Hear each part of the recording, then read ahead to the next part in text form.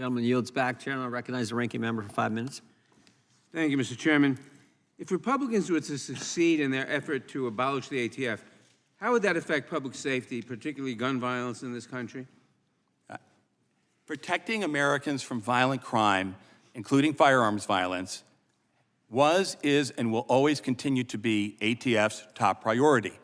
And we work in partnership with state and local law enforcement officials to do that. We investigate the most dangerous, worst of the worst, the people who are out there, trigger pullers, terrorizing our communities. And as I said in my opening statement, the results speak for themselves. Working with our state and local partners, we do a dangerous job, we do it well, and we catch a lot of very violent people. The tools we make available to local law enforcement, the crime gun intelligence, which enables them to identify who those people are better than ever before, so we can focus limited law enforcement resources on catching them, is working. It is driving down violent crime in our cities. That's why everywhere I go in the country, Congressman, everywhere I go, red state, blue state, city, rural, they ask for more ATF resources. But if the Republicans were to succeed in their effort to abolish the ATF, how would that affect public safety? Well, all of that would go away. Okay. All of that would go away. Our state and local partners who are asking for more ATF, they would be robbed of any ATF. All the cases that we do, all the gangs we prosecute, the RICOs, the VICARs, the cartel cases, all the things we do would disappear. Thank you. While some House Republicans have sought to abolish the ATF, others have sought to defund it or to reduce its effectiveness through dramatic budget cuts. In fact, House Republicans have actually bragged about cutting the ATF by 7% this year. I understand that ATF has done an admirable job despite these budget cuts. For example, the agency has been able to dramatically reduce processing times for certain firearm transfer applications under the National Firearms Act. But can you describe the impact these cuts have had on the agency and how slashing funding for ATF reduces your ability to protect Americans from gun violence? Yes. ATF is an agency that is not a large agency with an outsized mission, protecting people from violent crime. And we have a very focused, effective strategy to do that. But sometimes less is more. In law enforcement, less is not more. You can't get public safety on the cheap.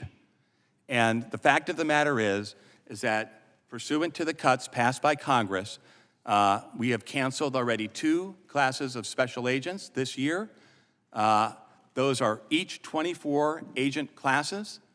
I fear there will be more cancellations moving forward. We have obviously cut people in all job categories, lab technicians who run DNA tests to try to catch mass killers like happened in Goshen, California. We are doing the best with what you give us. We will continue to work to do that, but there's no doubt that the cuts that have been imposed will have a direct impact on public safety and ATF's mission to fight violent crime, no doubt. Thank you. Last week, we heard a great deal from Republicans about the need to support state and local law enforcement. Can you tell us how ATF works with and supports state and local law enforcement? There is no better partner in federal law enforcement for state and local police, sheriffs, state police than ATF. We stand shoulder to shoulder with local law enforcement doing the most violent cases that they do. And everywhere I go, as I said, Congressman, every chief I talk to, every sheriff I talk to, it doesn't matter, urban, rural, north, south, Midwest, East Coast, they all say the same thing. Thank you. You guys are doing great. Please send more agents. Can you explain what a ghost gun or personally manufactured firearm is and why such firearms pose a danger to the American public? ATF's legal responsibility is to implement the laws that Congress passes. Congress passed the Gun Control Act. The Gun Control Act talks about the need for those who are engaged in the business of selling firearms to have a license. It also talks about anything that is, quote, readily convertible to being an operable firearm, falling under the definition of firearm. And so people who are producing kits that they send out so that people can, then they're engaged in the business of doing it. I'm not talking about an individual hobbyist making a firearm for himself at home. That's allowed. But people who are selling these kits for money and saying, oh, you know, this is not readily convertible to being a firearm because it's not put together, we evaluate those, and the rule that we promulgated on privately made firearms addresses that.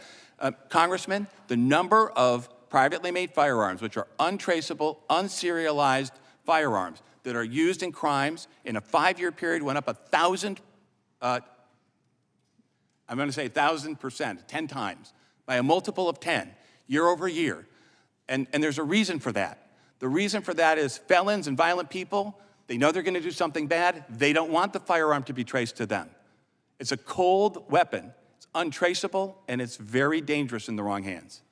Thank you. Mr. Chairman, I ask unanimous consent to enter into the record a May 22nd letter from Assistant Attorney General Carlos Uriarte to me that explains the risk that unserialized firearms or ghost guns pose to the public, their proliferation among guns found at crime scenes, and the numerous efforts of the Department of Justice to reduce violence caused by ghost guns and other firearms and to promote public safety.